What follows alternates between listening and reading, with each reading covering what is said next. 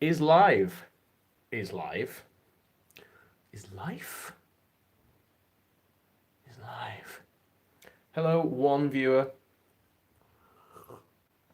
Tell everyone I'm here but getting my laptop.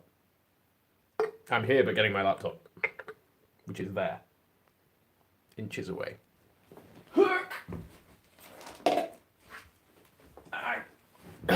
I got it. Oh, hey. Osculak, how's it going? Hi. This is just a cup holding my drink because my drink doesn't stand up on its own, so I have a cup for my cup. You see, it's genius. I'm a genius. God.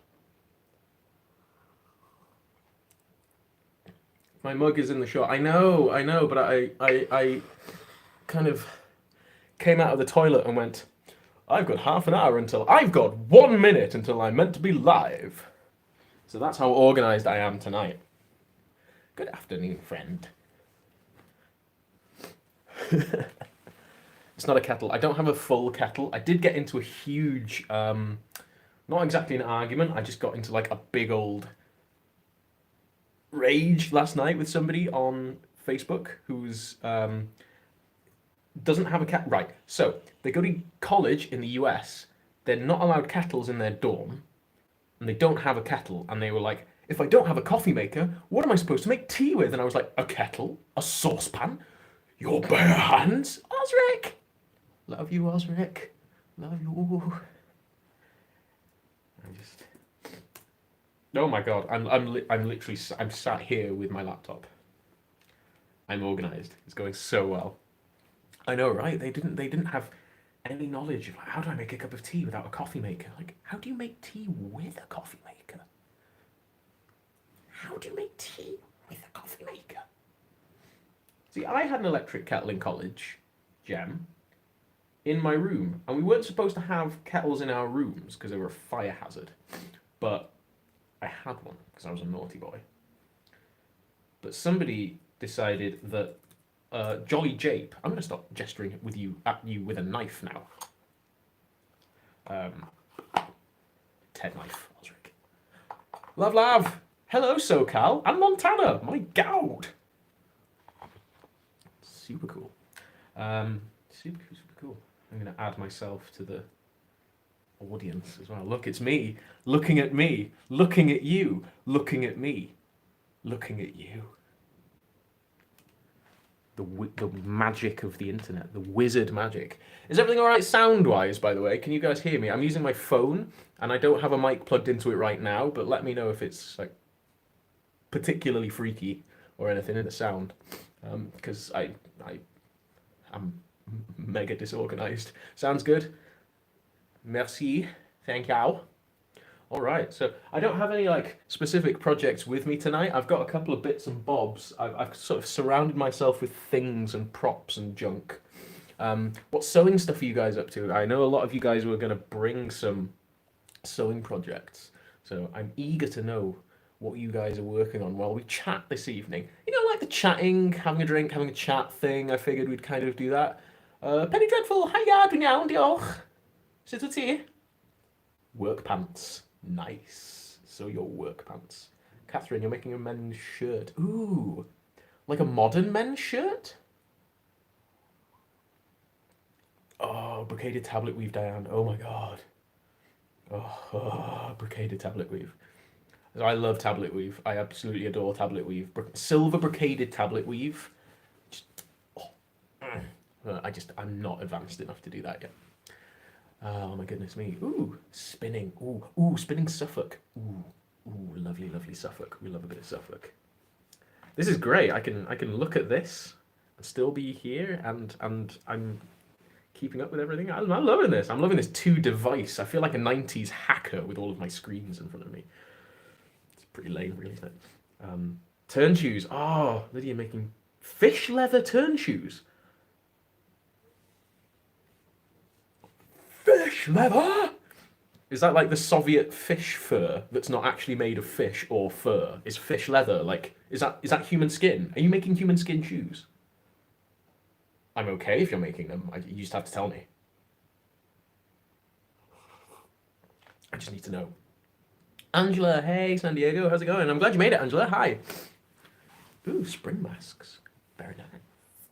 There's so many cool projects, so many like weird, different projects. Reworking a skirt is a nice one. I like that. I was kind of within. Hello. What am I drinking? So I am drinking an Irish stout. No, not that Irish stout. You naughty chickens. So this is called White Hag from a brewery called Black Boar. It's very nice. It's very strong. It's very nice. Highly recommend it.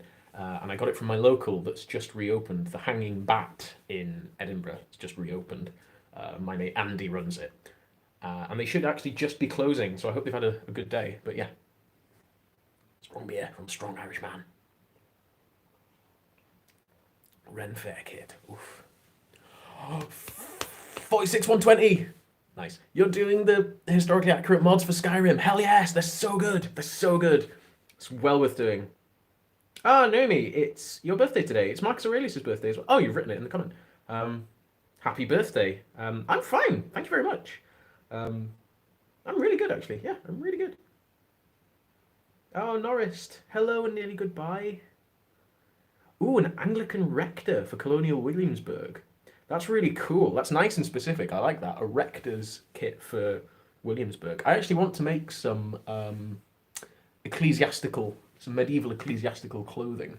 Because we've got some super cool, mad stuff from like, I think the 11th century. We've got some bishop's stockings, some silk bishop's stockings, which is wonderful. So I want to make myself some stupid medieval bishop's clothes, go flouncing around in my red silk shoes and stockings like a fancy pants, just spewing random Latin at people. I've got no Latin, so I'll just be saying stuff. I'll just be like, Reni Vidi Wiki, Omnibus, Encyclopedia, Amen. Brilliant. 1650s socks. Oh, knitted socks and a 1650s sampler. Oh, that's super cool. I love a sampler. I'm always tempted to like buy samplers when I find them in charity shops and antique shops. I'm always like, oh, some little girl 200 years ago took hours and hours and hours to put all this together, and like, I just want to take it home and clean it and conserve it, and then put it up on the wall and be like, yeah, you did a good job. You did a good job, little Sally Munchkin from 1820. Oh, I hope you like my sampler, sir. Oh, I seem to have caught a consumption whilst making it. Oh, what an horrible predicament. Don't put me up the chimney sweep again, sir. You'll make me another sampler or you'll go up the chimney. And that's how it worked. Burmy, yeah, just save Latin plant names in my bishop's outfit. Vinca minor. I can't think of any other Latin plant names. Isn't that bad? Oh my god. Oh. Ooh, video game lyrics. Can you imagine me just like chanting the Dark Souls lyrics? How cool would that be on a battlefield, like at York Viking Festival, just like anybody who knows Latin, just like Graham. So I think purple was for archbishops generally, at least in the medieval period. But yeah, you can wear purple or red, as far as I'm aware, as a Roman Catholic bishop. I think red is more of a what do you call it, cardinal thing now, isn't it? But I don't think the color coding was quite as strict 1,000 years ago. I think that developed a little more, sort of later on. Perfectly happy to be corrected on that. I must admit, ecclesiastical clothing's not my speciality. Thank you, Fran. I like my tunic, my undertunic. This is my linen undertunic. It's really lovely. I didn't make this. It was made by a friend who's now passed away, sadly. But I'm very fond of it. So excuse me. Oh Lord, have mercy. Oh God, no, everything's going wrong. Oh God, it's all going Pete on. Oh God, my live stream, it's buggered. It's not for kids. So you can see the patching on the back here, I think. Can you? You can. So here's all like the patches, and it's covered in them. There's loads of them. And some of them are from like wearing it under chainmail without a woolen tunic over the top. So, you know, wear more than one. Get off! Wear more than one layer under your armour, gang.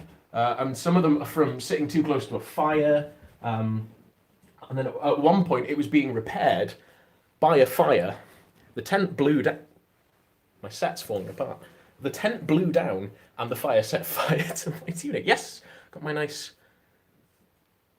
courtesy of Paul Binns. He's quite a well-known sword maker, reenactment sword maker here in the UK.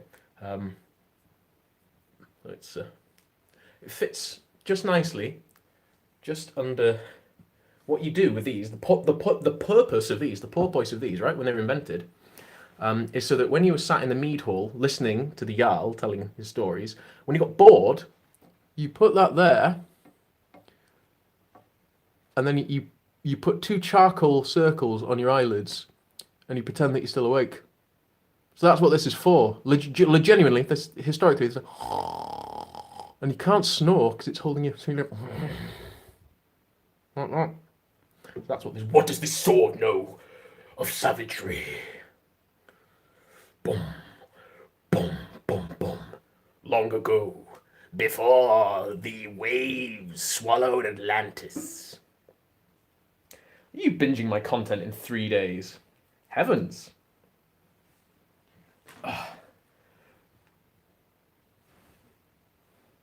You see, I tried. Jamaica, David, hi. You know what, I'm going to put this back up because it's not very comfy. Hello. Hi, Rachel. Oh, it's breakfast time in the school run. Thank the young man from me. I hope he's seen his handiwork.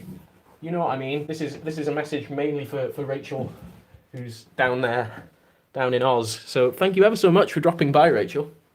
I'm very glad you made it.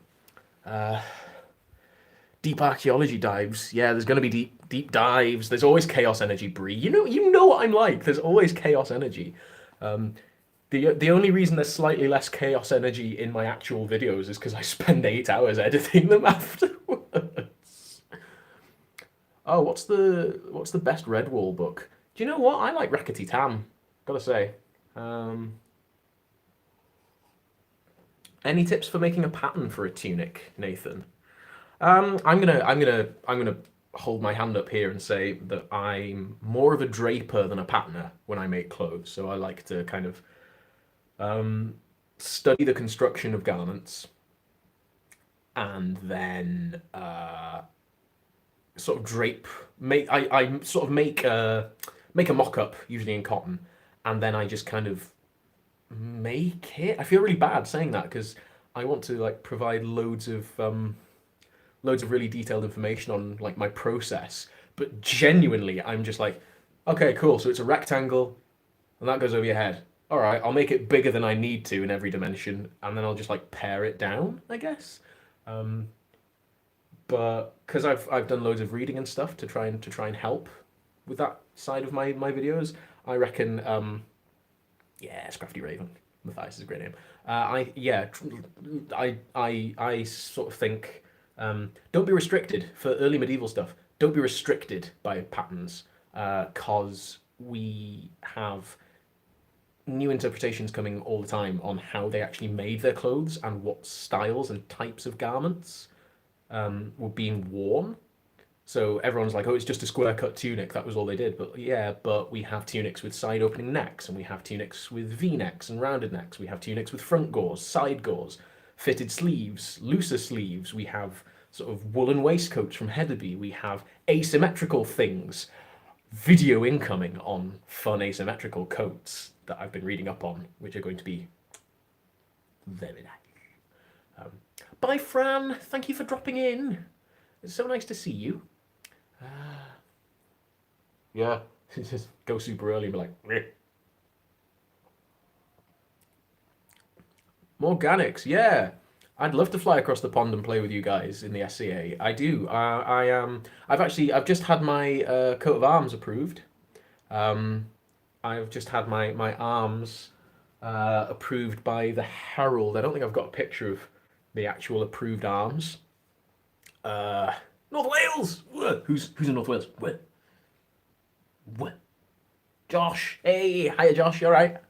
How are you, lad? Mike Everest is returning to the Stygian realms. Murky, the Ebon darkness. Ebon.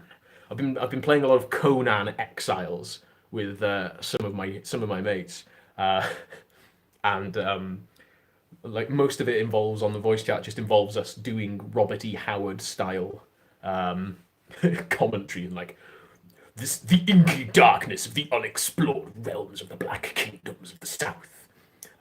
Yes, Metal Sock. This will go up as a video. Yeah, basically everything that I do live stream wise is always going to be available afterwards. So, Ocean Keltoy wants me on his podcast. Cool. Or they. I'm not sure who that is, to be quite honest. That's not something I should say on a video that's gonna stay on, is it? Yes. But yeah, I'm up for doing podcasts. I've done a couple of podcasts already. I'm actually recording a podcast on Thursday. It's the Bread and Thread podcast. Two archaeologists from down in South Yorkshire do this podcast on like cookery and textile history. So I'm recording a podcast for them on Thursday. That should be fun. Any idea where you can get resources for the early checks? None whatsoever, but somebody on this thread will probably know, because you guys are all geniuses, and there's like nearly 200 people watching this, which is crazy, absolutely crazy. So, and no, Alexander, I don't have any experience whatsoever with marine archaeology, with underwater archaeology at all. Sorry. I've never worked in underwater in marine archaeology. The closest I got was excavating a very sandy, very rainy pre-Roman fort, an Iron Age fort in West Wales a few years ago that got quite damp. Quite damp. Obviously, it was next to the sea. Yeah. That's the closest I've got. Boring question. Aria. There's no boring question. Is it true there's no direct contact between the Chinese and the Vikings? Yeah, probably. Their contact was almost certainly indirect and through the trade routes. We haven't got any evidence that a Norseman got to China. We'll put it that way, during the Viking Age. But we have. Is it from Oseberg? You guys all know this. Is it from Oseberg? We've got I think we've got a Buddha, a jade Buddha. I think it's a jade Buddha from the Viking Age. So there was indirect contact. You know, goods got from China to Scandinavia. I mean, the Silk Road was a thing, hundreds and hundreds of years. So there you go. What? So what was I going to say? I was going to say something then. Can't remember now. Oh yes, John Jacob just said we're gonna die because there's 5k. So I'm sure you guys all know by now I'm doing a 5k for charity on Night Noblet Clan. Wav yow. For Stonewall, for the LGBT charity Stonewall, and yeah, I've pulled a muscle in my right calf training for it. I did a practice 5k the other night in my chainmail, in my mail shirt. Which is like 8-ish kilograms. And I managed to pull a leg muscle, so I'm taking it slightly easier for a few days. Whoops. Yes, Nemo, I have seen your question on the Patreon. I will get around to answering it. I'm sorry, it's just been a busy old week, but I'm absolutely going to answer. I kind of have to chop my week up a bit differently nowadays, because I've now got the Patreon and I've got the channel and I'm also doing my PhD. And to answer the question, I'm looking at gravestones. I'm looking at Gaelic and Welsh gravestones. And that's what my PhD is on. So I kind of now have to do my Patreon stuff 1 or 2 days a week. I'm going to do my YouTube stuff 1 or 2 days a week. And then I've got to do my PhD stuff for the rest of the week. Because that has to be one of my big focuses, right? And it's coming on okay, thanks, Love Lav. It's doing all right. But it's heavy going, you know. Okay, fine, I'll do a video on Viking food. Is it cheaper to buy the rings or make your own hauberk? I'm not sure. My hauberk cost me about £300 about 4 years ago. Would I agree that all Norse and Scandinavian people are Germanic? No. We know that there were people from other parts of Europe. Genomics has shown that there was a huge influx of non-Scandinavian people in Scandinavia in the Viking Age. So, no, not at all. And some Vikings came from what we would now call northern Germany and Holland. But obviously they weren't called that 1,000 years ago. I mean, there wasn't a Germany until 1871. So there you go. Buddha-like figures on the Oserberg handle, but that's not the one I was thinking of. I was thinking of there is an actual figurine, and I can't remember where it's from now. Cool facts about gravestones. Yowza. Bismarck noises. I am not a colonial man. Could be Burka, John. Could be Burka, yeah. Anyway, cool things about gravestones. What sort of cool things? Why are gravestones cool? I think they're cool, but I'm a gravestone archaeologist, so I think everything about them is cool. Let me think. I suppose one of the things I really do enjoy is all of the different symbols of death, because you can have all sorts of symbols of death that get misinterpreted, and sometimes they sort of fade away into different vague shapes, but you can get things like skulls and obviously full skeletons and scythes, coffins, spades, all sorts of things. What are gravestones made of, or is it whatever's around? Yeah, whatever's around. Almost always local stone. Almost always the local stone. So where I'm from, Northwest Wales, they're about 90% made of local slate, so purple Welsh slate. Around here, a lot of them tend to be made of kind of the local gritstone. You see a lot of Portland stone down in the south of England, sandstone in Liverpool, that sort of thing. And yes, I have a great deal of interest in 13th century reenactment. I'm putting together a 13th century gambeson later this year. So, well up for the Battle of Evesham. Yeah, Dominica, I've definitely heard of Wood Key. I reference it in one of my videos. I think it's my Viking, I think it's my shoes video, my Irish shoes video, is where I think I mention Wood Key. Wood Key in Dublin, if you guys aren't sure what that is an amazing place. There's some fantastic finds of footwear and other artifacts. Fishamble Street, which is a brilliant name, is another great site from Dublin. There was something else I was gonna answer there, but it's gone. Is there a reason most runestones have red paint? Yeah, I think that's a modern addition. I don't think generally they were actually made with red paint.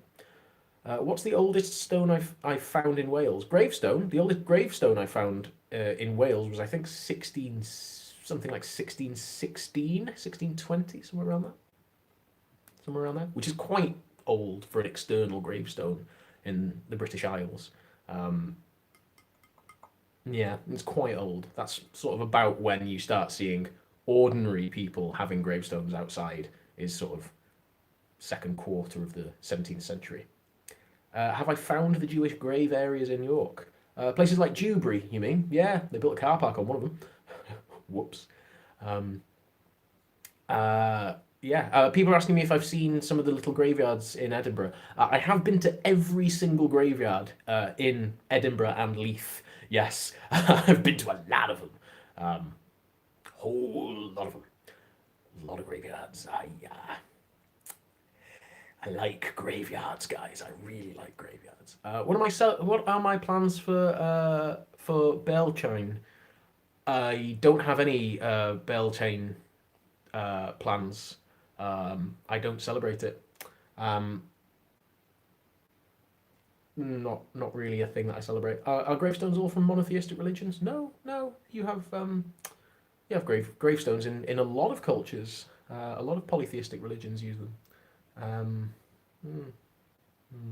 Most of the ones that I look at are Christian. The majority of them are Christian, just because of the places that I'm studying. So I'm studying North Wales and Northwest Scotland in the 18th, 19th, and 20th centuries. So it's mostly Protestants, actually, in fact. So, yeah. Opinions on human sacrifice? Very messy. very messy. In the Viking Age, I'm just going to plug my laptop in. We've got limited evidence that human sacrifice was practiced by the Norse, as far as I'm aware.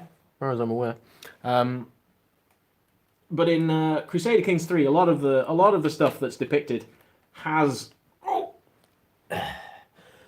a grain of truth. Agent Pedestrian, go to bed if you're cold and tired. Go to bed. This will stay up. So yeah, limited evidence for it as far as I'm aware. There's kind of a hint here and there that the Norse practiced human sacrifice, but I think some of that is coloured by later Christian opinion of Norse polytheism. Put it that way. Where did I get my lovely glass drinking horn? I actually got this from Celtic Web Merchant way back in the day, and it's all right. It's okay. Shemai, James. How are you, lad? So if you guys don't know, James, who is in the chat there, his Instagram is Bleached Ink. He did the great icon, the logo that I use for my phrase of the week and for the Patreon credits page, and it's my subscribe button, which you will see in the bottom of your screen there, and which you are more than welcome to click on if you'd like to subscribe to my channel.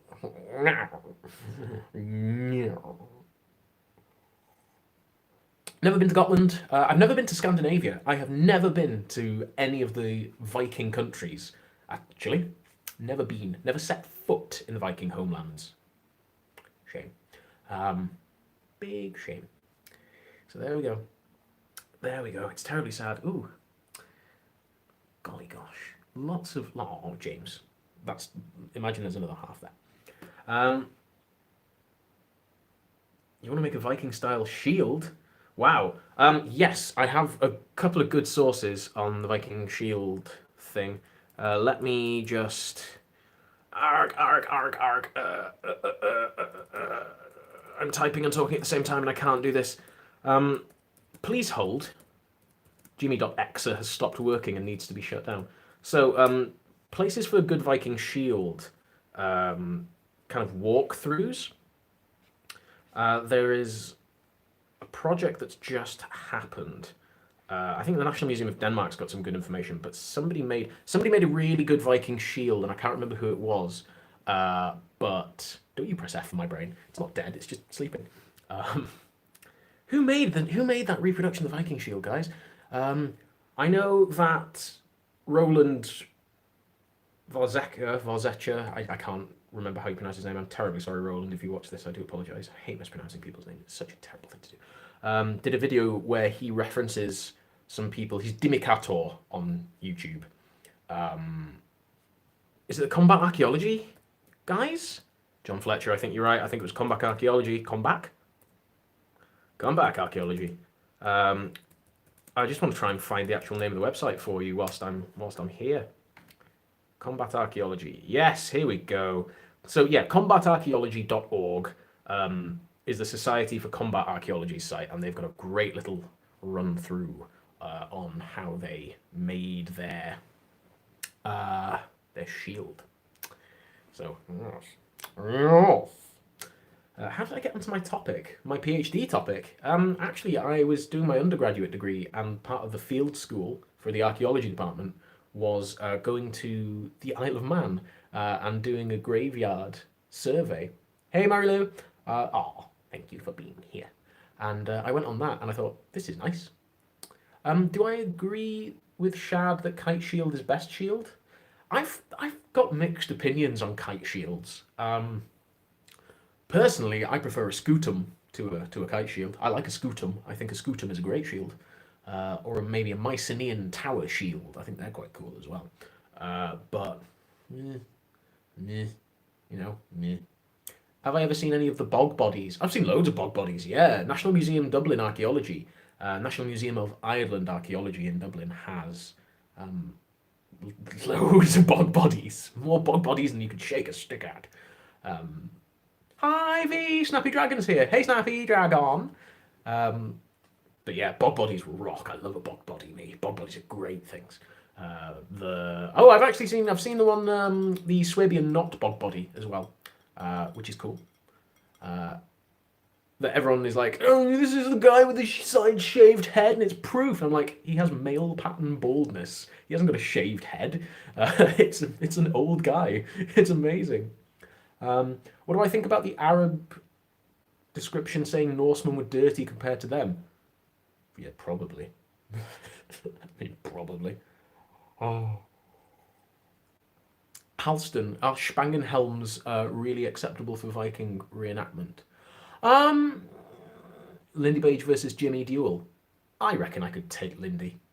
I'm not bragging. I just reckon I could take him. So Spangenhelms. Faye's here. Faye Sterling's here. Well, I don't know why I honked. Honk. Bye, Christine. Thank you for coming. Good luck on the school run. Yeah, Spangenhelms are accepted by most Viking reenactment societies, but we don't have much evidence for them in the way that the reenactment ones are made. Going to tell you about my Mabinogi in a second, XNX7. My first helmet was a get dressed for battle Spangenhelm. I'm getting a new helmet made, which is based on the Tiela helmet. And currently, my latest fun little thing, which is going to make an appearance in a video soon. Oh my god, that's heavy! Is my new Yarm helmet. It's a dork hat. It's got a dork knob on the top for dorks. I actually want to get this blackened or blued or something, but yeah, it's a nice helmet, isn't it? It's a nice lid. Look how dumb it is. It's got nostrils. It's got nostrils, y'all. Bye, Katie. So my opinion on the Mabinogion, I love the Mabinogion. I adore the Mabinogion. I'm not going to put it on because it'll get my linen. I might put it on. It'll get oil. It'll get my linen dirty because it's got some light oil on it. But yeah, I love the Mabinogion. Mabinogion is amazing.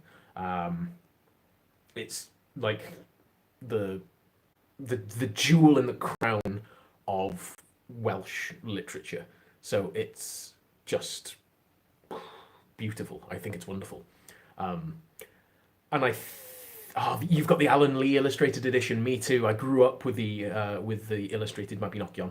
Oh, we've got 1400, 14th century guys. Hey, 14th century guys. 14th Tess Jahrhundert. Poetry Ghost here as well. Hey, guy. I'm getting plate armor soon, John. Stop rushing me. I'm not rich like you. And Alex. But yeah, I think the knob on the top is possibly for a plume. I think that's kind of the running theory. Barbara, I have seen Yule's Snow White, and I've seen Abby's Lady, and I've seen who else is doing things. Loads of costubers are doing historical Disney stuff, and I was going to, but didn't really get the memo. So I might do one, but I don't know. I hand sew everything that I make as well, so I find it a little different, a little more difficult than some other people. So yeah, it's Carolina. Thank you, Claire. Carolina did a really effing cool Snow White. Like, hell yeah, them sleeves though. And of course Bernadette did. Well, yeah, Bernadette did her jolly holiday dress, which is fabulous. There isn't enough plumage, Born Again Geek, in modern life. No, I want plumage, and I don't know what the plume and the plume holder would look like for this helmet, which is really upsetting me. And it's kind of the same thing as the ancient Greek helmets, right? Corinthian helmets and similar. We've got loads of depictions of them wearing plumes on their helmets. Have we got a single plume holder find from the Aegean Bronze Age? No. Where are they? Were they all made of wood? Like, I mean, probably. So what's going on? How many languages do I speak? I speak Welsh, I speak English, I would call it conversational French now. I have sort of working Italian, I have beginners Scots Gaelic, I don't really speak much Irish Gaelic, even though they're very similar, and I'm sort of very, very vaguely familiar with Russian. I can read Cyrillic, but I can't speak Russian, which is a shame. It is a shame. Thank you. My French is decent. That is very kind of you. After a couple of pints, my French is much better. I ain't gonna lie. Oh. Oh, I'd love to do a video with Jackson Crawford, Bradley. Yeah, I'd love to do one. No Breton. No, I don't speak any Brège, I'm afraid. No Brège. I've tried a couple of times, but I struggle to find learning resources. Hwyl James, ta-ra, diolch yn fawr am dŵad. Thank you very much for coming. But yeah, I don't speak much. I'll get back to it. What YouTube do I like to watch for educational content? What YouTubers do I like? I really like Townsend's. Love a bit of Townsend's. I like the Modern Rogue. I watch the Modern Rogue. Big Modern Rogue subscriber. Cause I'm a modern chooch. What else do I watch for education? Cody's Lab I watch for education. This is the kind of educational videos that I like to watch, is shooting guns. Shooting guns. Ooh, somebody's tagged me. As somebody with very little passion for most things. Aww, that's really sweet of you, Scott. Thanks, man. Yeah, I'm very lucky in that I can find an interest in almost anything. If something kind of, you're not late, Ari, don't worry. If somebody presents something to me, like a concept or a discipline or one of their interests, I will probably develop an interest in it. If you're passionate in something, I'll be passionate in it, probably, is kind of how it goes. Max, also, Tasting History with Max Miller, who is a fabulous man. He's a wonderful man, and also Ketchup that he does with Jose. Like, I've learned so much from him. I've made so many delicious things thanks to Max and Jose. It's wonderful. And he's a beautiful man to watch as well, isn't he? He's just nice to look at, you know what I mean? Ooh, Vicar. I'm getting through this, aren't I? Oh, crikey. How's that taking me? It's taken me 38 minutes. It's quite strong. It's 13%. 13%. Hey, Shara Beans. Hello from Vinland. Yes, I'm going to do a Vinland Saga video. I will be. I will be doing a video on the costumes in Vinland Saga. Hey, good night, guys. It's lovely to see you. I'm so delighted that Max is YouTubing full time now. I'm so happy that he's managed to make it his full time job. It's so wonderful to see that. What am I drinking? It's White Hag from Black Boar Brewery over in Sligo in Ireland. So oh yeah. Hello from terrible Aberbroth. Oh Shadow Eagle. Oh lordy. Oh, Connor, hello. I've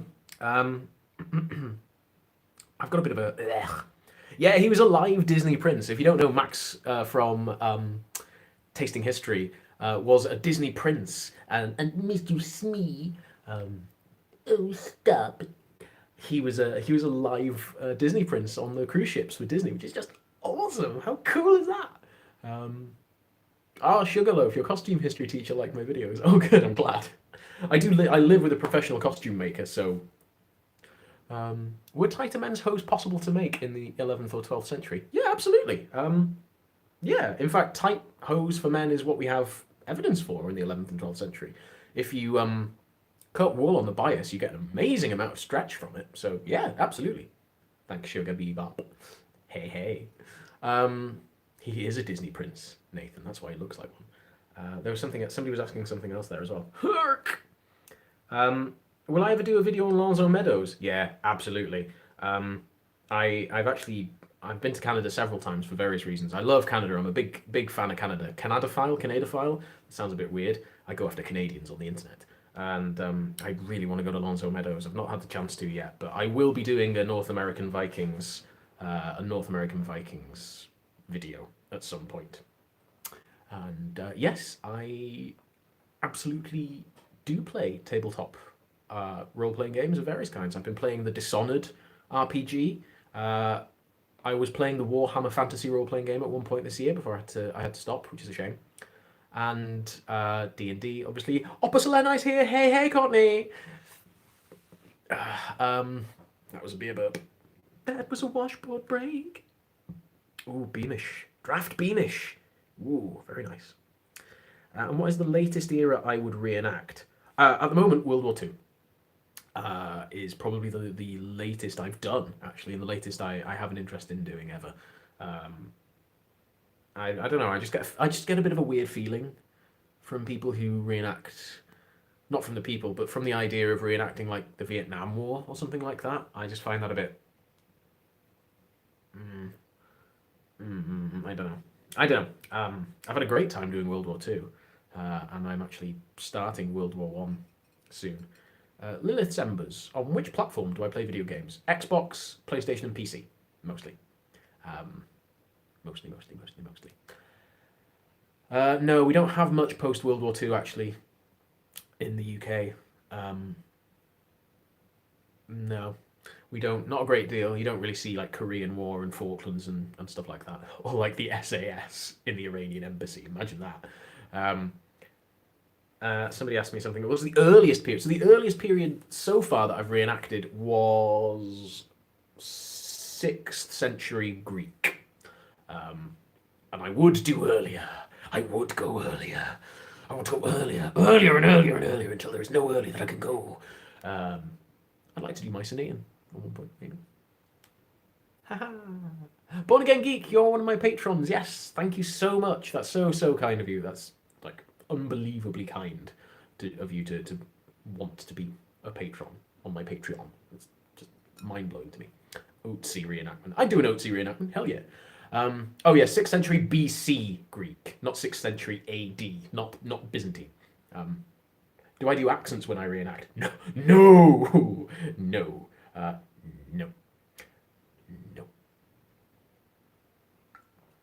Yeah, I turn up to reenactments and just do a Swedish chef accent when I turn up. Like, hello everyone, I have come to be a Viking.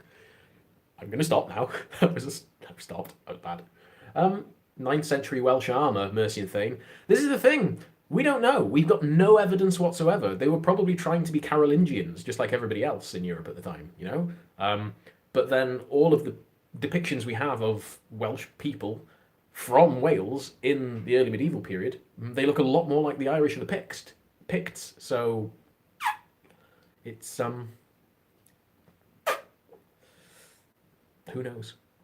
Who knows? And is it possible to reenact British Iron and Bronze Ages? Yeah, we've got Iron Age reenactors around. Yeah, got a few, especially Roman Iron Age. Yeah. Favorite D&D class? Ranger. Always a Ranger. Love it.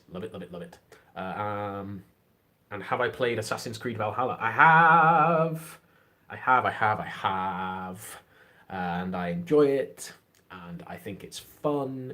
And I think it looks very inauthentic, but it's fun. Just like all the rest of the Assassin's Creed games. So there. They are fantasy games. They're not historical fiction. Not even the one in Origins where you can go around and they've got little museum displays for you to look at. And I'm like, well, if you've got museum displays of how it actually looked, why does it look like this? Why does it look like Arrakis? Why have you made Dune in Egypt? I am the God Emperor. I am not the God Emperor. I am the useless human appendage. Oh my God, Conan, can we do Cretan? Yes, Cretan reenactment. We're going to be Minoans together. It's going to be great. I'm going to drink out of bullhead Rhytons. It's going to be monstrous. I love it. Yeah. Norse Welsh mythology. Yeah, I'd love to do some Norse mythology videos and some Welsh mythology videos. Yeah, I reckon that'd be a good thing to do. A lot of people have asked me to do it, so why not? Cody, favourite sword? Oh, now we're talking. What's my favourite sword, actually? I really enjoy... I like a sort of 1st, 2nd century Roman gladius, or a spatha. I've always liked a nice spatha, sort of late Roman cavalry sword. Very, very, very big fan of them. I think they're really elegant, and I think they're very nice to look at as well as to wield. So, you know, a gladius maybe, or a spatha. Probably a spatha. But big fan. Oh, Elizabeth, the Topless Ladies. Only for a priestess or a goddess, though, probably. Poet of Doved video when? I don't know when I'm going to do Mabinogi on videos. Soon, or I'll do soon. I will do some soon. I will do some Welsh mythology videos. And honestly, I'm more interested in the Welsh mythology than the Norse mythology. Don't hurt me. My opinion on snakes in general, I love the sexy slither of a lady snake. Oh yeah, love snakes. Snakes are great. Snakes are cool. Snakes are really cool. Snakes are amazing. In terms of fashion, was there much to distinguish Vikings and their Anglo-Saxon rivals in England? Not a great deal, to be honest. From what we can tell, not a huge amount. No, not a vast amount here and there. Really. Crafty Raven, do I watch Forged in Fire?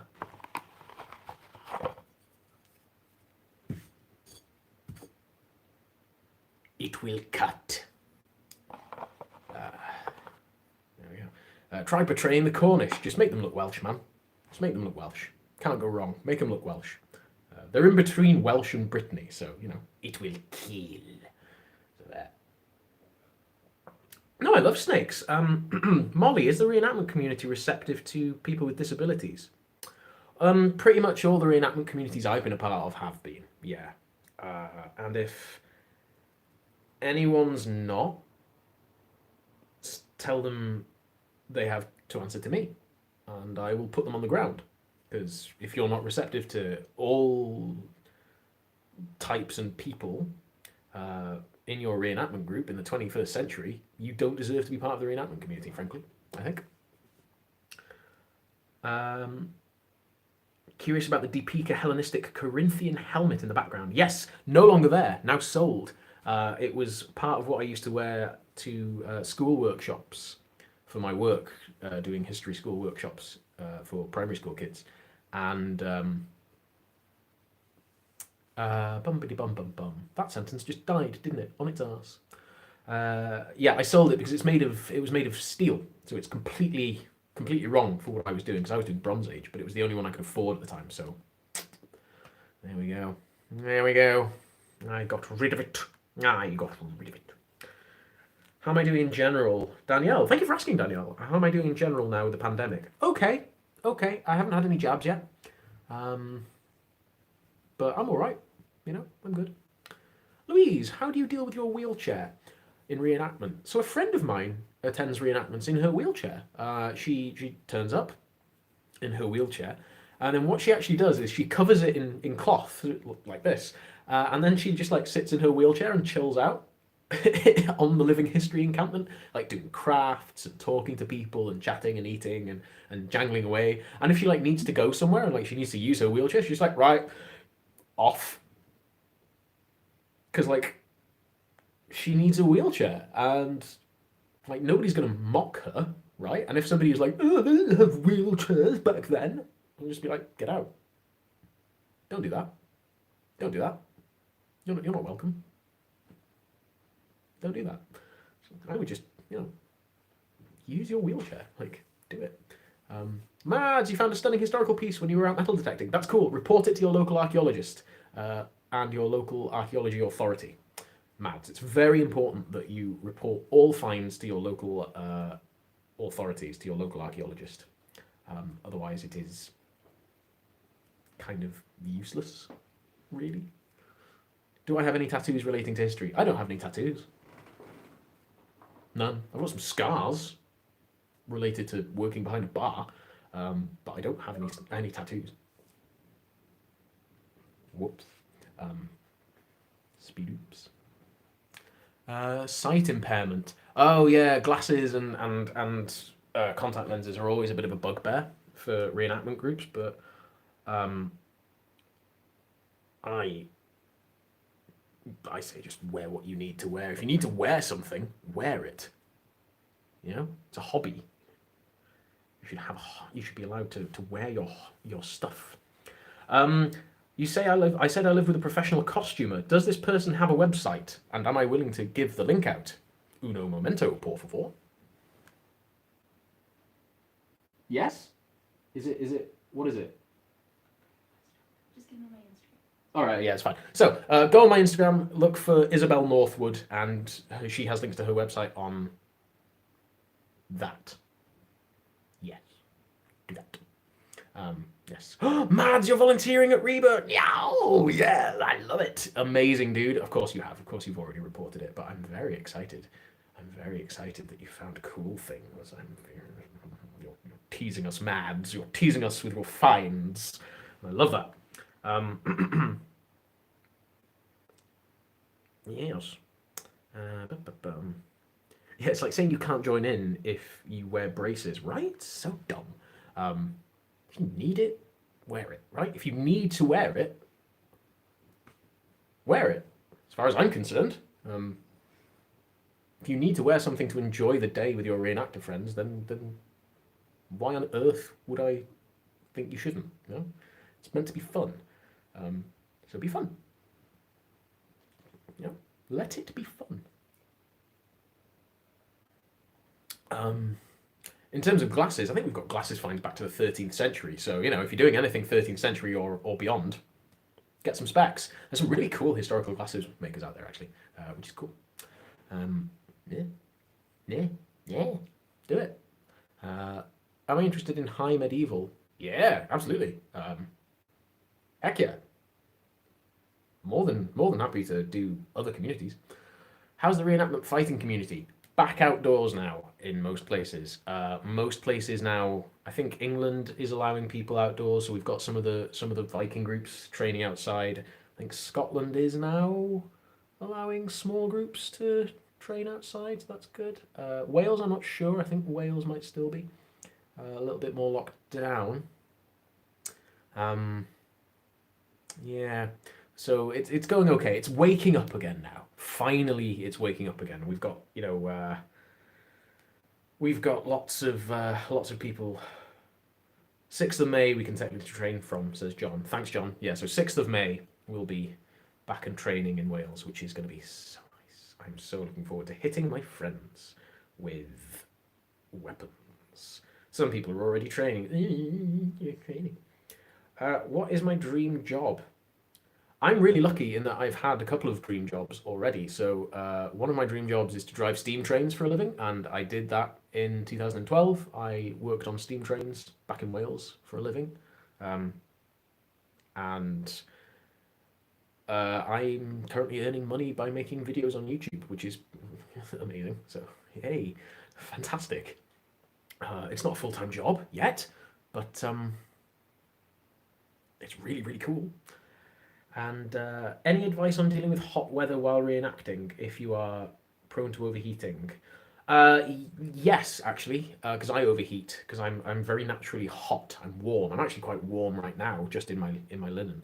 Lots of water, lots of shade, and linen. Have access to ice if you can. Ice is very useful stuff, and yeah, I would kind of try and always have like a backup shady place that you can go to if it's a tent or a building or even a car with really good aircon, or the sea or a river to jump in. But yeah, it's tough. It's tough. Oof, hard work. But lots of like, keep your sugars and salts up and stuff as well.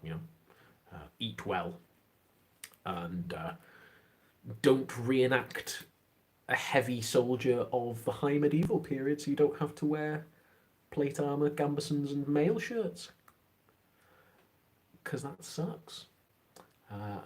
Opinions on Historia Normannis, Jasper? Great bunch of lads. Had some great fun with Normannis. Lovely bunch. Great lads. Great bunch of lads. Yeah. Look at, yes, Snappy Dragon is giving all of the good tips about using 18th century pockets to hide frozen bottles of water. That's so good. That's such a good idea. Love it. Yeah. Frederick Barbarossa. Oh, bleak. Pariah, very bleak. Video about Rhodri Mawr. Yeah, I will be doing more. Katie, you're doing an Anglo-Saxon nun kit. Yes. Love it. Yeah, I'd love to do more Mercyn Thane. I'd love to do more Welsh videos. Definitely going to be doing more Welsh videos.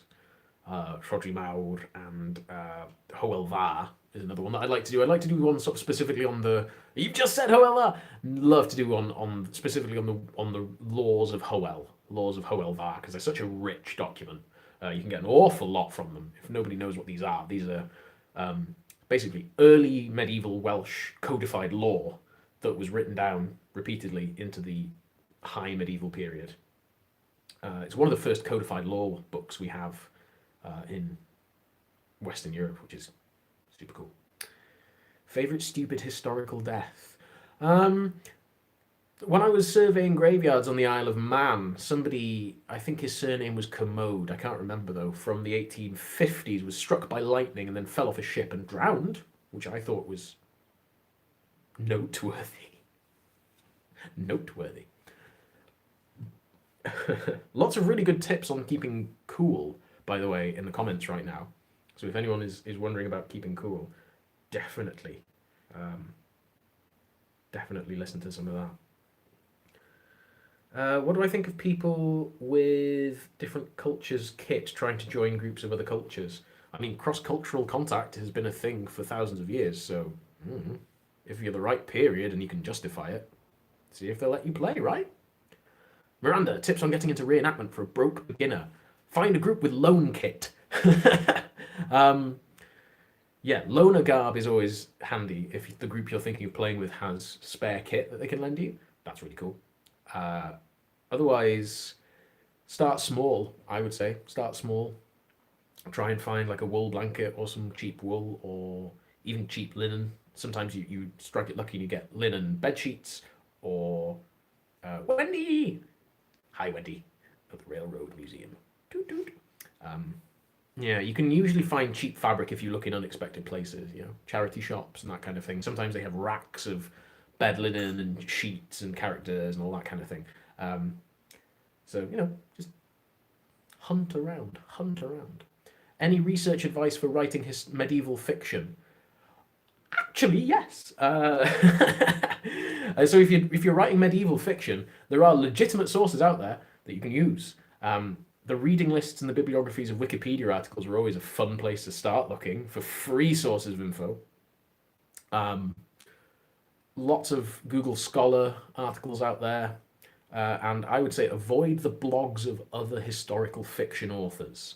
A lot of them just big up their stuff on their blogs, and it's a dodgy practice that a lot more people are starting to do now.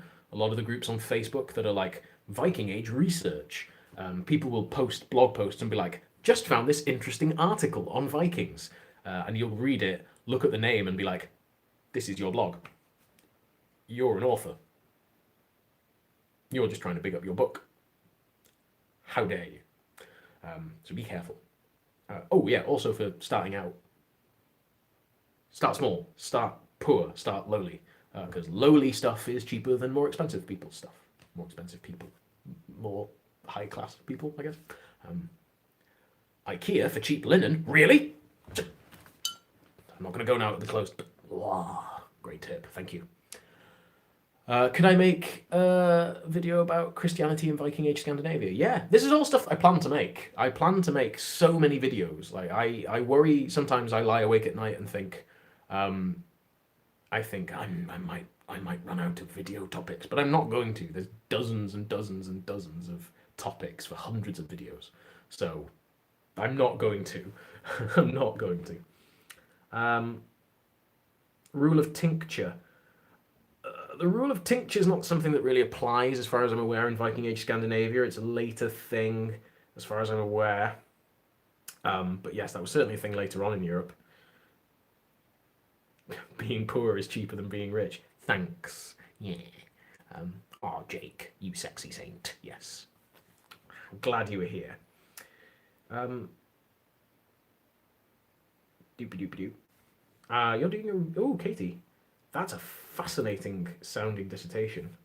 Yes, burial records of the Danelaw. Ooh, yeah. Yeah. Love it. Love it. That sounds fabulous. Anything to do with graveyards. Is there much out there for Renaissance era Scandinavia? I mean, probably. It's not something that I've really researched, to be honest with you. I'd imagine that places like the national museums of the various Scandinavian countries would be a good place to start for surviving material. Tends to be where I start for looking for surviving materials. To be TBH, that's kind of where I will start with. Oh, there's lots of amazing stupid deaths in the chat. This is great. Haha. I love it. Is there an international community for pagans? Probably. I don't know. I imagine. I would imagine. What kind of pagan, though? Pagan is a blanket term. Isn't really very helpful. At the moment, depends what kind of paganism we're talking about. After all, pagan really is just a Christian term for people who aren't Christians, historically speaking. It's been, reclaimed by a variety of polytheistic and non-Christian religions, which is lovely. So, I don't know. I'd imagine. Yeah.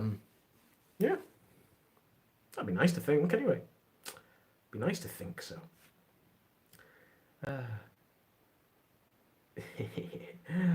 Good night, Nemo. Sleep tight. What is the latest era that I'm interested in?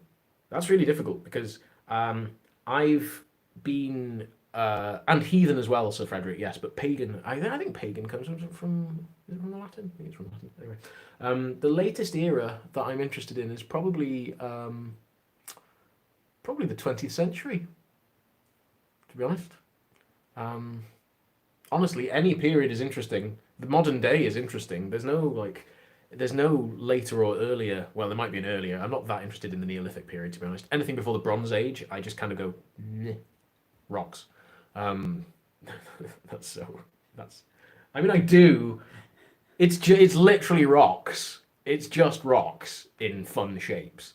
I'm not saying flint knapping isn't a really cool skill, an impressive skill, but it's just not. They did wear rocks. They wore rock pendants and carved stones. Just rock. They didn't just wear rocks. No.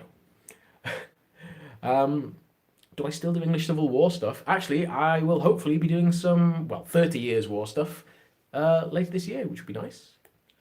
How is my doctorate going? Yes. Yes. Yes, don't let Phil Harding hear me.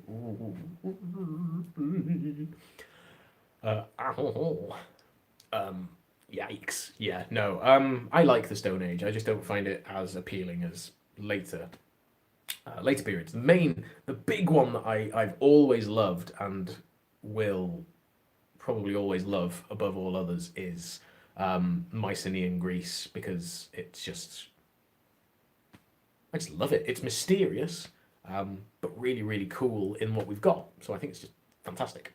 I think it's fabulous. It's such an interesting period. Or the Hyborian Age. Wham, wham, wham, wham, Conan music. Yeah, I love it. Hey, martial lad, how's it going? Yeah, I just love all history. I love history. So I probably should have called my YouTube channel something a little more generic. Lots of 17th century people. Yes. 17th century was where I started my reenactment journey, doing English Civil War. Yes, love it. Reenactment ain't nothing but breeches and hose.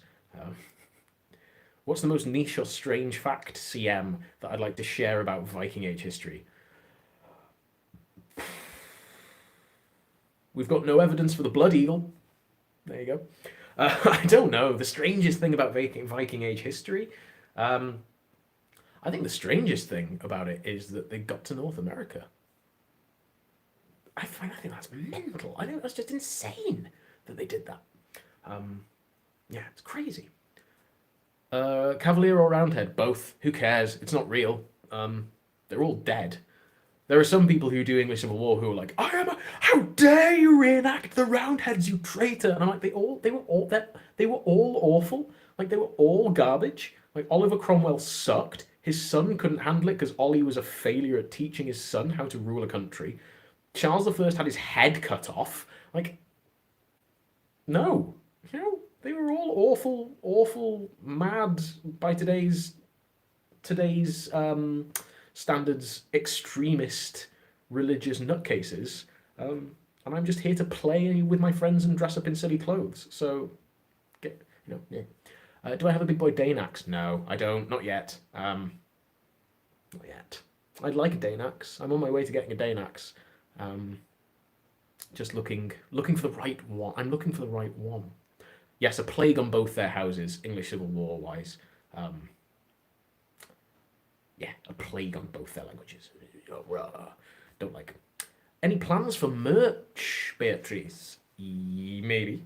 I may have some small plans for merch, which is I can't believe I'm saying this. I can't believe, yeah, I've got plans for merchandise. Like I'm just a Welsh dude in his bedroom making videos, and all of a sudden 20,000 people are subscribed to my YouTube channel, and I'm like, oh yeah, I might do some merchandise soon. Like, Beth? Like, what? But yeah, I have some plans. I'm thinking about merchandise. I'm not sure what, but people want to like have stuff with like my name and some sort of logo on it. So I guess, yay, capitalism. Woohoo. I say it's capitalism. It's not. It's a badge of loyalty because you are my legions, and we will march, and we will make the world, remold it in our image. Yes. Not the worst thing I could be doing on the internet from my bedroom. Yes, very good point. It's not a cult. It's definitely not a cult. Have I ever been to Volin? No, never been to Volin. Would love to go to Volin. Would love to go to Volin.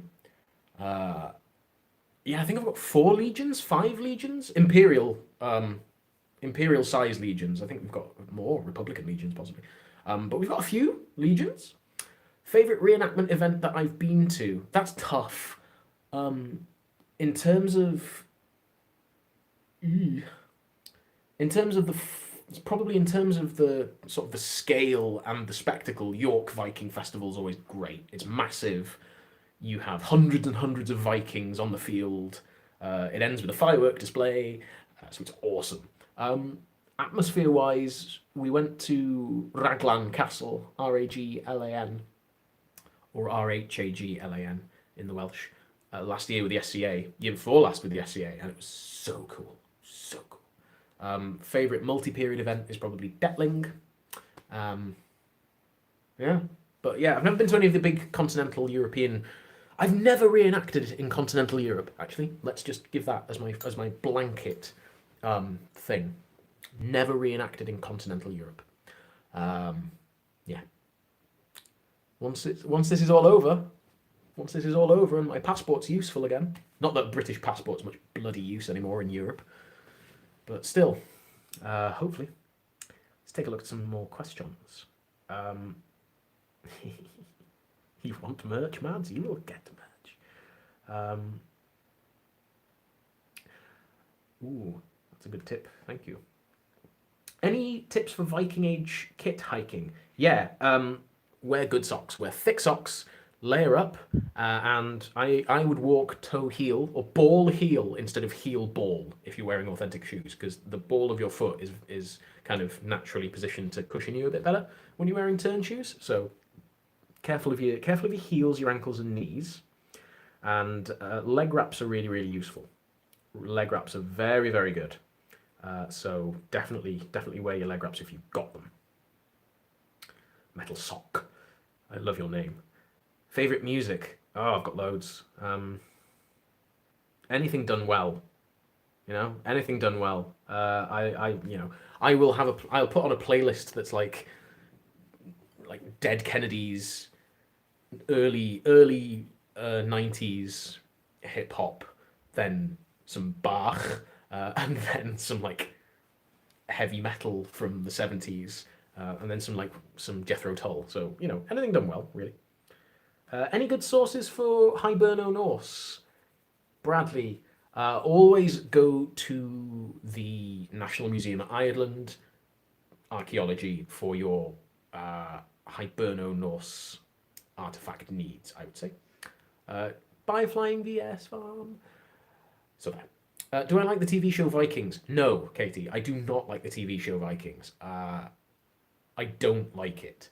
I think that it uses. I think that it uses sexual assault as a plot lever too much, which is that it uses it at all. I think that it tries and fails to have sort of stereotypical strong female character roles, and then just fails on that. I think that it's a shambolic representation of the period, of the cultures that it's trying to represent. The kit looks garbage. The sets are garbage. The acting's fine. The scripting is just toxic trash. So no, not a big fan of Vikings. Or most of the TV shows that do history that dirty, you know? So no, don't like it. Do not like it. And lots of shows like that, like Outlander. I don't like Outlander, and the Gallic in it is appalling. The Gallic in Outlander is abysmal. So it's just all of that. Advice to you going to your first reenactment. Norseman, actually, on the other hand, bloody brilliant, absolutely hilarious. I want more of it. If you want a well-costumed historical program, Blackadder 2 and 3. Blackadder 2, Blackadder the Third. Mwah. So good, so damn good. Like when they have the red dragon and the lion behind Elizabeth I as the royal coat of arms, that's how you know. That's how you know they did the research. So good. Advice for your first. Advice for your first reenactment. Be prepared to feel slightly awkward, probably. Be prepared, because these are new people wearing weird clothes that you've never met before. Probably several of them, maybe hundreds of them. But, you know, be yourself. Don't be nervous if you can help it. Don't feel you need to be like the shy, wallflower at your first event. If that's who you are, then totally fine. Don't worry. Hopefully somebody will make you feel welcome. And try and have a nice time. Try and just relax and enjoy it. Oh yeah, and tell people you're new. If people are like, "Who is this creature?" Be like, "Hi, I'm new." Yeah, make sure people know that you're a new person as well. If you can, actually, before going, fling an email to the group that's organising the event. But I will say that should be on them as well. People should make you welcome. So there. Valskerda style splint armor in the Viking Age. We have no evidence that the Vikings or the Norse wore splint armor. No. Some people say that that's there's a few articles on that, but no, don't bother. Mail, riveted mail. Viking armor is riveted mail, basically. It's just, why would you not want a nice mail shirt? It's so cool. Yeah, nah. Not a big fan of the splint stuff. It's weird. West coast of the US. Wow, it's amazing. Amazing. Oh yeah, Up Pompeii was an amazing show. It was an amazing show. How am I balancing research, teaching, a YouTube channel, and life? I don't know, Essie. I don't know. I have no idea. It's a lot. Lots of tea. Lots of tea. Great deal of tea. Oh boy, great deal of tea. Any evidence of henna being used? Nope. Leather scale armor is the most historically accurate. You're on thin ice, my chum. You're on thin ice, and I will be under it when it breaks. I will be under it when it's. Lots of tea. Thanks, Grey Fox. That's really sweet of you. Do I have any pets? Not here, because I'm not allowed pets. We're not allowed pets in the flat, in the apartment where we live. So, not here, but back in Wales, I've got 4 cats. Up Pompeii, I'll never get it. Oh, sorry. Any tips for making it through uni, Shadow Eagle? Yeah, man, take it easy. Be kind on yourself. Uni is not the be-all and end-all. I had loads of nervous breakdowns and loads of panic attacks and loads of really bad depressive episodes in my undergrad, and it wasn't worth it. Just be kind to yourself, be cool to yourself, take time out and keep in contact with your supervisors. Let them know if you're struggling, and if anyone is being mean to you, then just report them straight off, and then let me know, and I'll put them on the ground. And yeah, just take it really, really easy on yourself. Be kind to yourself. Be very kind to yourself. If you've got friends there, then, reach out to them. Find a group of people, like a study group, community style, that you can become friends with and you can share problems with. Problem shared is problem halved. And if you can stay in touch with people back home, now that you're away, then stay in touch with people. It's really important, I think, to stay in touch with people back home when you're at uni. It's very, very important to keep that network. No evidence for boiled leather from the Viking Age's armour. No evidence of leather armour from the Vikings at all. In fact, as far as we can tell, the Vikings didn't use like this tropey armour, like the splints and the leather lamellar armour that you see everywhere. Like leather lamellae? Really? We've got one Roman period, like I think it's 1st century or 2nd century Roman lamella, and that's it. But for the Vikings, just wear a mail shirt. Like, why do you need more types of armor? It's not like every piece of armor was invented at the same time, Like, it's a process of invention and of evolution. Shadow Eagle, can I deck one of your lecturers for you? I mean, probably. I reckon I could take them, but maybe report them to your head of department first if they're, not great. Dusk Singer, my favourite kinds of tea. Now we're speaking my language. Earl Grey, I like Lady Grey as well. I've got into chamomile recently. Nice cup of chamomile, Mr. Gandalf, just before bed. Amy's here. Hi, swimming in a sea of estrogen is here. And Yorkshire tea, Yorkshire Gold. When I lived in Yorkshire, actually, there's a company called Ringtons from the northeast of England, and they have a rep who will come to your door, and he knocked on our door and he was like, "Hello, do you want any tea?" I'm like, "What? I mean, yeah, but what?" And it's a tea delivery service, and they will come to your door once a month or once every couple of weeks with a packet of tea and some biscuits, and it's amazing. It's so good. It's so cool. It's awesome. Any thoughts on Iceland and Viking Age settlements? Love Iceland. It was Rington's tea, Helston. Yeah, if Captain Picard's like Yorkshire Gold. If Captain Picard likes Yorkshire Gold, it's good enough for me. Yeah, I love Iceland. Want to go to Iceland more. Spend more time there. Icelandic Norse stuff is just amazing. Like the textile finds we've got there. So good. Mittens and cloaks. Tea or milk first? Tea, then milk. Tea, then milk. And you take the tea bag, if you're using a bag, out before you put the milk in, so that it doesn't get mouldy. So that. Like a human being. Yeah, tea, then milk. It was good enough for my grandmother, who lived through 2 blitzes, so it's good enough for me. So there. Sugar or honey? I quite like a bit of honey with some kind of herbally type teas. So a bit of honey with chamomile sometimes. If I've run out of milk, I'll put a bit of honey and lemon into my black teas, into my Earl Grey and that kind of thing. But only if I've run out of milk and I can't get hold of any milk. I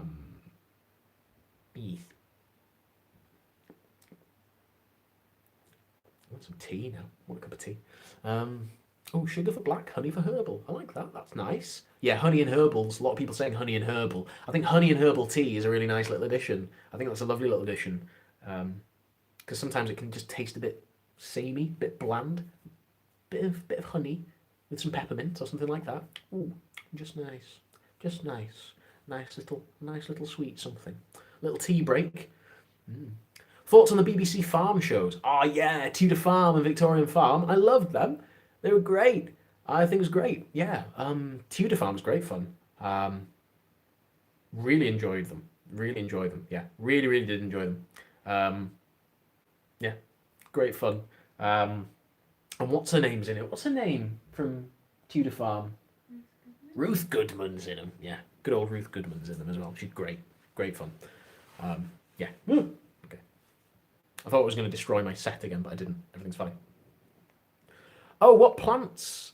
Yes. So Alicia's asking what wild plants grow near us, but also go play D&D, Miranda. Have a great night. So for the herb garden, what we've got so far, we've got foxgloves. We've got some woad through there, which I'm growing in the kitchen for now. We're going to have, what else have we got down there now? We've got nettles, strawberry. I'm going to plant some weld, so we'll have woad and weld.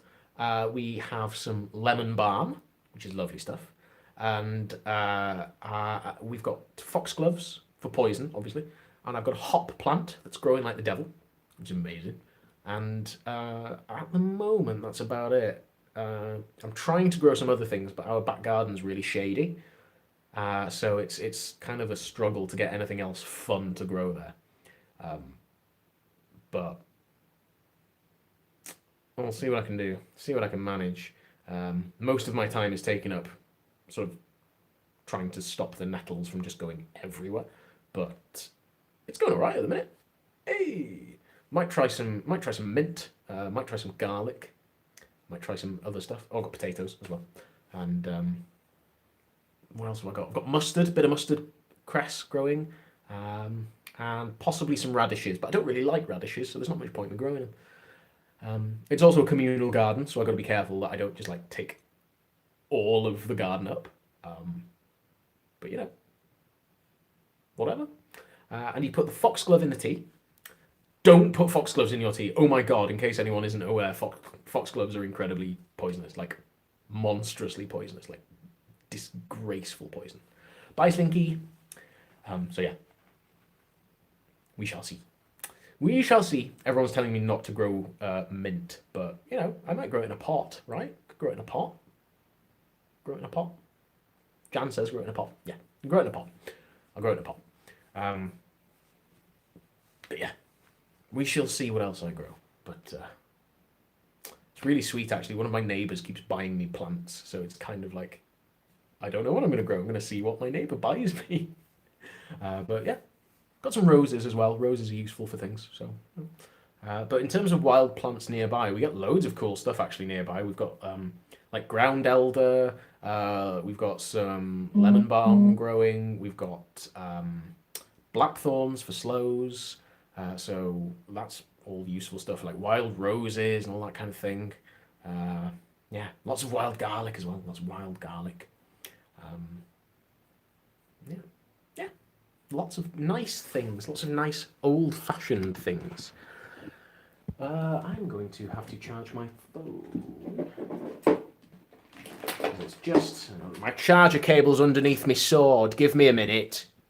Hashtag reenactor problem. Hashtag reenactor. Hang on. Yeah, the blackthorn's not doing very well, unfortunately. John, because it's too shady in my back garden for it. I think my phone's charging. Excuse the finger. Yeah, it is. That's fine. But the plan is Sharian, Smai, Tiao. The plan is obviously to grow slow so I can make slow gin. Do we have any naval wort in my area? Not nearby, not as far as I'm aware. But I live in sort of central Edinburgh. O ti yn siarad Cymraeg, Sharian, da iawn, fel chi'n gwlad. Da ni'n wedi cael llawer o Gymraeg ar y fideo hyd at hyn hyn yma, ond yn braf cael marfar dipyn bach cyn mi mynd adra. Just to make sure I can still speak Welsh, you know. Garlic mustard's great stuff to grow, actually. Frederick, it's really cool. I'm really enjoying it. Parsnips, wild parsnips, really? How awful. Satan's vegetable. Dwi o gas newydd, o bechod. Any mutual intelligibility between Welsh and Cornish? Yeah, loads, mate. Loads. Cornish is so similar to early modern Welsh. It's unbelievable. And Middle Welsh as well. Apart from the spelling. Good night, Anna. Have a lovely night. Thank you so much for coming. It's amazing. We've been on for an hour and a half nearly already. It's fabulous. Absolutely fabulous. Wow. This is great. We've got like hundreds of people on. It's really cool. How about Welsh and Irish? No, Welsh and Irish are more different because Welsh is a Brythonic language and Irish is Goidelic, but Welsh, Cornish and Breton are quite intelligible, interintelligible, I guess you say. Yeah. Crafty, ever thought of making your own sword like Terry Pratchett? Yes, I'd love to follow in Sir Terry's footsteps and make my own sword. A couple of my blacksmith friends have offered help in doing that, so maybe soon Jimmy gets to make his own sword. I'll probably have to start with a very small knife, but start small, innit? Anyone using Duolingo? Yeah, shout here, I'm using Duolingo at the moment. Any opinions on Norse swords, one-handed Norse swords? Yeah, love them, big fan. Got a couple of myself. Teabags or loose leaf? Teabags or loose leaf? Loose leaf, if I can get it. Loose leaf if I can get it. What about the Basque language? I've heard too little Basque, I'm afraid, to know. But as far as I'm aware, we're not hugely interintelligible. As far as I know, I think it's separated too early. I think. Yeah. Should learn more Basque, really, shouldn't I? Doesn't sound Celtic, says Shashian. Okay. All right. Yeah. Yeah, I can believe it's yeah. I'm just looking at some now. It's definitely very different. People thought the Scots were related to the Basque because they all wore shorter tunics than everyone else. Amazing. I thought you would have shown Rhiannon. I didn't like to assume. No, I know it's not your Indo-European. No. Ever been to Arbroath Abbey? Yeah, we went to Arbroath, didn't we? Did we go to Arbroath? We did, didn't we? In the snow, no less. Yeah, it's cool. Super cool. Super cool. That's really nice. Yes, I know it's an isolate. I know it's a language isolate. I know it's not Celtic. I know.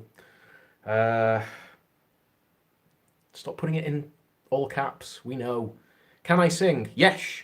I'm Welsh, so yes. Graham, the only Esperanto that I know is Bonon Matenon.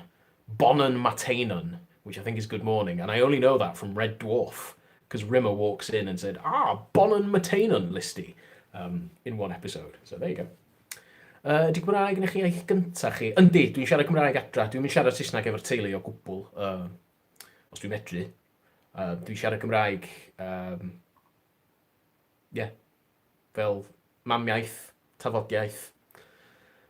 Will I be doing We're Cursed at War 3? If I can get there. So yeah. Welsh folk songs. You want Welsh folk songs, do you? Maybe I'll do some Welsh folk songs at some point. Not right now. Not right now. I'm not in a singing frame of mind at the moment. I've got a bit of a sore throat as well. That's why I've been coughing. So yeah. You know. Ymaw hyd. I'll do ymaw hyd and ma rhywun wedi dwyn fy rhywun. I'll do those. Why not? Yeah, more than happy. Thoughts on musicals? I love them. Love musicals. I'm a theatre kid, so I love musicals. Grew up doing musicals in school. Our county theatre was where we did our school plays. So, love me some musicals. And I didn't sing at chapel because I am from a church family. So there you go. No chapel here. Chapel, how dare you? But I don't know if I've got a favourite musical. Have I got a favourite musical? Not Phantom of the Opera, no. It's the one you sing the most. It's not really a musical, it's more of an opera because there's no actual spoken dialogue in it, really. It's just a sensory musical. There's no, it's an opera. If there's only recitative and singing, it's an opera. I remember that from GCSE music. I remember that, how dare you? You nearly got me. Maybe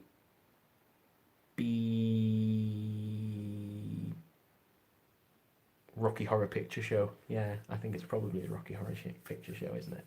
Halston, no, the Welsh didn't use when you say plage, I assume you mean like plaid, like tartan. No, tartan's I mean, it's an English invention of the 18th century, really, in its present form with like the clan separation. But everyone used check blankets to keep them warm. So in terms of using a plaid, like a great plaid, yeah, who knows? Everybody's kind of used that sort of garment. But in terms of a tartan, the clan tartan system is really a modern fiction. And when I say modern, I mean as opposed to early modern or medieval. So, yeah, you know, you know, you know. Yeah, I think Rocky. I grew up with Rocky. Favorite horrible history song, Charles II. I love the people, and the people love me so much that they restored the English monarchy. I'm part Scottish, French, Italian, a little bit Dane, but 100% party animal. Champagne. So there. That got me through some long fieldwork nights, that song, I can tell you that. I love the horrible history songs. I know I need to do a video on some of the costume, but, I still love it. Still love it. Yeah, there are stores selling Welsh tartan. I think Welsh tartan's, I think that's a 21st century idea. But, if you want a national pattern in your textiles, then fine. You think I like the Pirates of Penzance? Maybe. Love it. Love Gilbert and Sullivan. Love it. Yeah, love GNS. Pachacuti is a good one, actually. Pachacuti is a good one. Yeah. Patient. I like tartans. No, I do like I like tartan. I think tartan's nice. I think it's an attractive thing. I think it's sad that it's so, I don't know, kind of artificially sort of made up. I think it's all a bit silly, the way it's kind of, clan tartan and all that sort of thing. I think it's a bit silly. But yeah. What do I think of phones during reenactment? Put them away, unless you're not in kit, or you're me and you've forgotten that your phone is on the floor next to you. Can I spin? Yep, badly. By wheel and by drop spindle. Badly. And thoughts on puppet history, Alexander? I love it. I consider myself a history master, and I want my jelly beans. So there. Love it. Tartan is an inevitable result of colours and weaving. Yeah, pretty much. I mean, yeah. Am I familiar with Roland? Yeah. No comment on his work. I subscribe to his channel, so that's all we need to say at the moment. I'd love to go on Puppet History. I don't think they'll invite me on Puppet History, but I love it. And my favourite fibre to spin so far is I had some really nice Manx Lochtan wool to spin a few years ago, and that was really nice to work with. It was really lanolin-y as well. It's really lovely. Lovely stuff. So I smelt like sheep. Me. It was very nice. Very nice. Any textile plans with the nettle I'm growing? Sort of vague. Maybe make some nettle fibres at some point just to make some like string or something. But I don't plan to make any like full-on textiles out of nettle just yet. I haven't got the space to grow any, and I don't really want to go around harvesting a ton of nettles right now. But I might have a go, might have a little go, a la Sally Pointer. Sally Pointer's done some really cool stuff with nettles. It's tough to process is the problem. So we shall see. I don't plan on growing flax anytime soon, not in my like 10-foot square back garden at least. But I'd like to do some work with flax and that sort of thing. We're not going to ret flax here. Where can we ret flax? We don't have running water here. I mean, we have running water, I have running water. That's not what I mean. Don't think I live in a place without running water. I do. But I would take it, obviously I'd take it down to like the water of Leith and leave it there and process it on the side of the water of Leith. I wouldn't do it in my house. Oh, and I am growing potatoes already. Yes, thank you, Lavender Spikes. I forgot. I'm growing potatoes in my backyard. 2 have sprouted so far out of the 10 that I planted. Ah.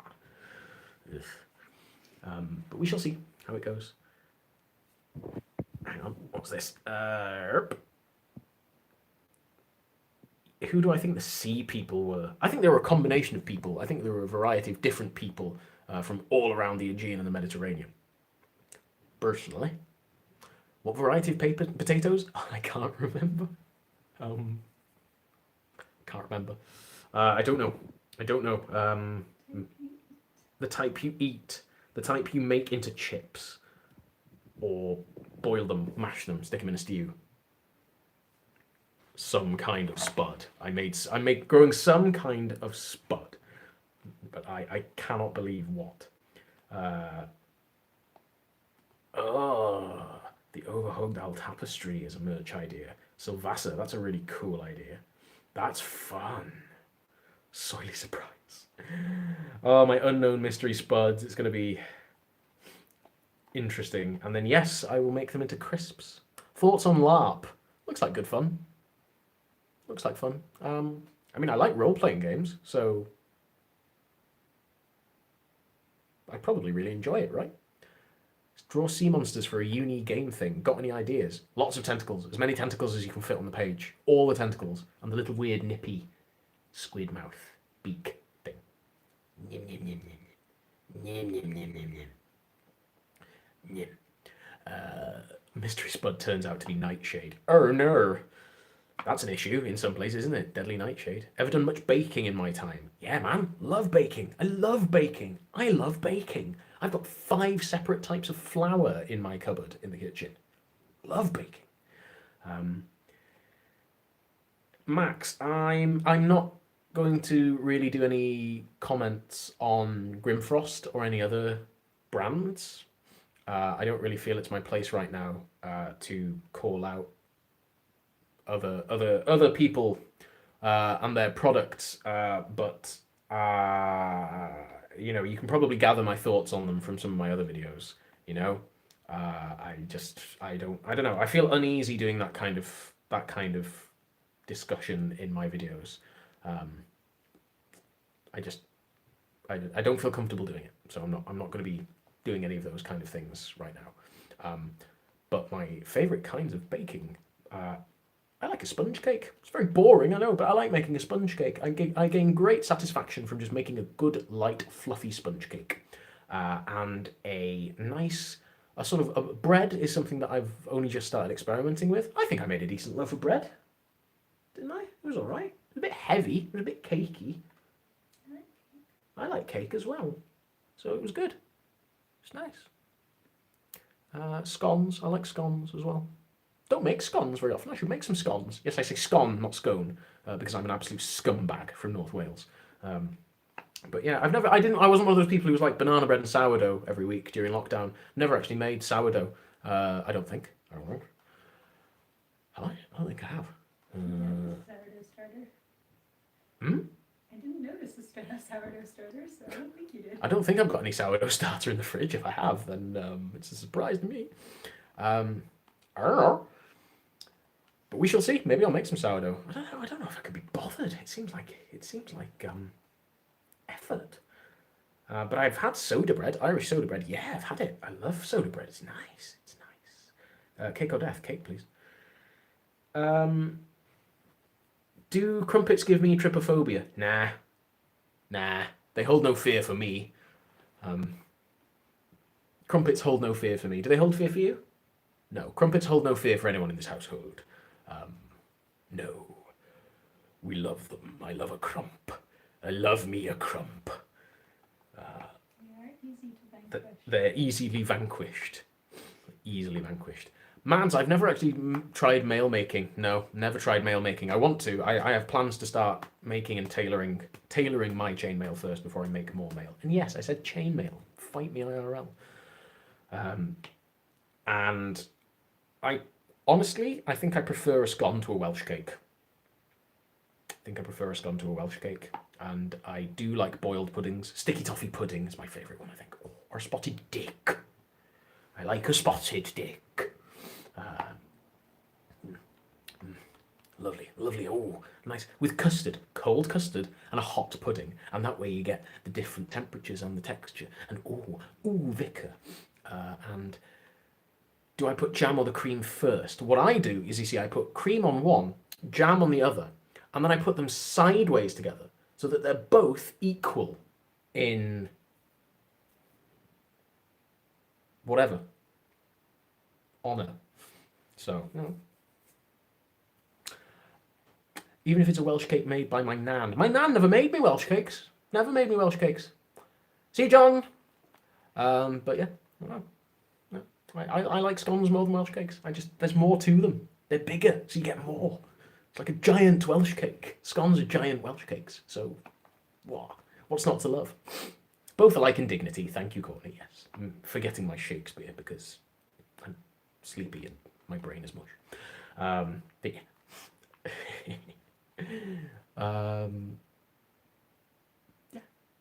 Yeah.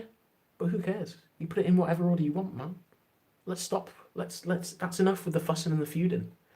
Jam versus cream first. Just eat your scones. Eat your scone with your clotted cream and your jam, however you want. However you want. Unless you're using apricot jam, in which case you are a filthy heretic, and I will send the Inquisition to burn you at the stake. So there. And have I ever had Staffordshire oat cakes? I have had Staffordshire oat cakes with bacon, in fact. Very good. Wow. Ooh, lovely. I love an oat cake. I love oat cakes. Big oat cake fan. Yes, man. Yes, man. Oh gosh, there's lots here. Oh, there's lots of queues. Lots of queues. Bye, Essie.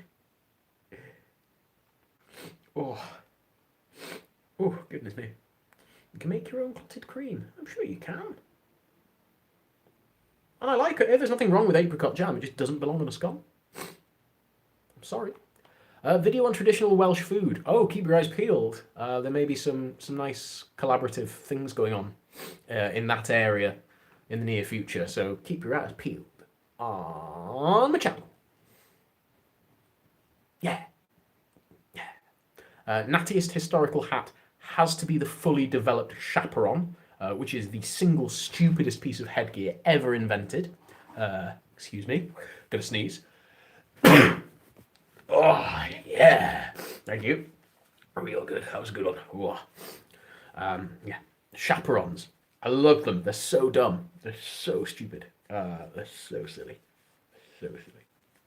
Great hat. Thank you. Thank you for the bless yous and Gesundheit and yeah. Crikey. Whew.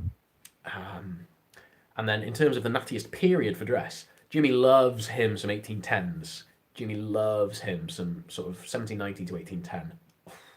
It's just great. It's just so nice. It's just so nice. You know I'm keeping it real on my stream. Man's gonna sneeze, he sneezes. Yeah? Who am I to pretend I don't sneeze on my live stream? I am but a man.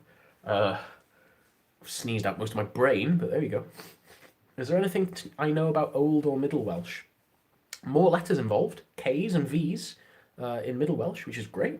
It's cool. Otherwise, it's the thing that I know about it is that it's shockingly similar to modern Welsh compared to early medieval English and modern English. Shockingly easy to read.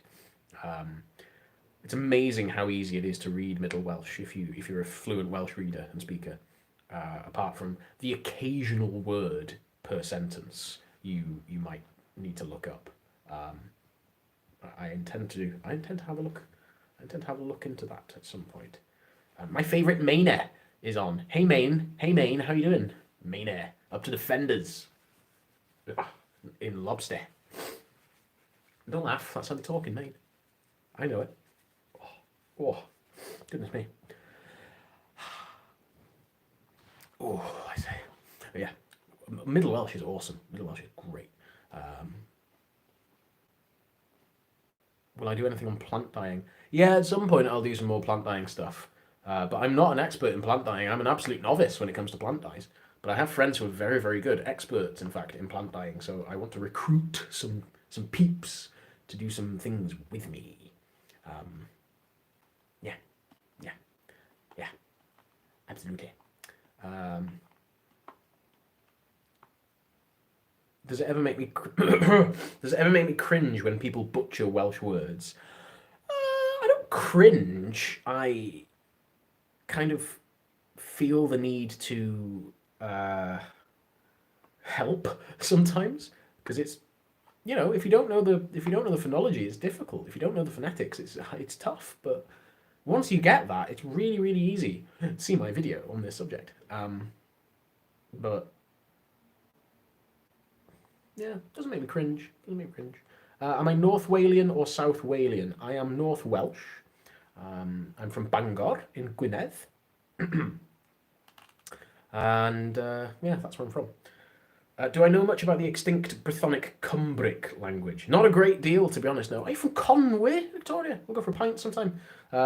Absolutely. But yeah, I don't know a great deal about Cumbric, other than it's very closely related to Old and Middle Welsh. So it's probably, you know, almost indistinguishable from the kind of Welsh spoken in the period. Hey, Brissy, morning. So that's about all I know. And do my parents watch my videos? I don't know, actually. My dad's got his own YouTube channel. But I don't know. I assume my mum watches my YouTube videos. She does. Mum watches my YouTube videos. Definitely my mum does. And my dad probably does. He might be subscribed. I don't know. I should check my subscribers. I'm not going to link to his channel. You can find it organically. But you know, or should I? Should I link to his channel? I don't know. How much do they like trains? I don't know. How much do you like trains? Theories on King Arthur. I mean, he is buried underneath a Wyddfa in Glaslyn, and will, as it is written, come to the aid of Wales when it is needed the most. And he will rise from his grave and come to the aid of his people once again. It's my opinion on King Arthur. And my opinion on King Arthur is that he was neither Welsh nor English. He was a Briton. So it's really funny to me when people are like, he was British, he was English, he was Welsh, he was Scottish, he was English, he was Scottish, he was Welsh. Like, he was a Briton. He was a Brython. Like, he has no concept of these things. So yeah. Love trains. All right, fine. Hang on. Give me a sec. Find his channel. Dad, if you're watching, I'm linking everyone to your channel. It'll appear on my home screen, because it always appears on my home screen, which is great. Except this time when I search my home screen for his videos and it's not bleeding there. I think that it is literally just. I've spelt his name wrong. Shut up. It's not. Hang on. I know your questions are all going up on the screen and I'm typing while I'm trying. I can't find his channel. This is hilarious. It's totes hilario. Do you call him Dad as well? If you want, I guess. Probably not. Probs not. Yeah, Rodri the Great. Omaha, Nebraska. Trains are a thing there. Yeah, they do. Do you call him Dad? I mean, if he's your dad?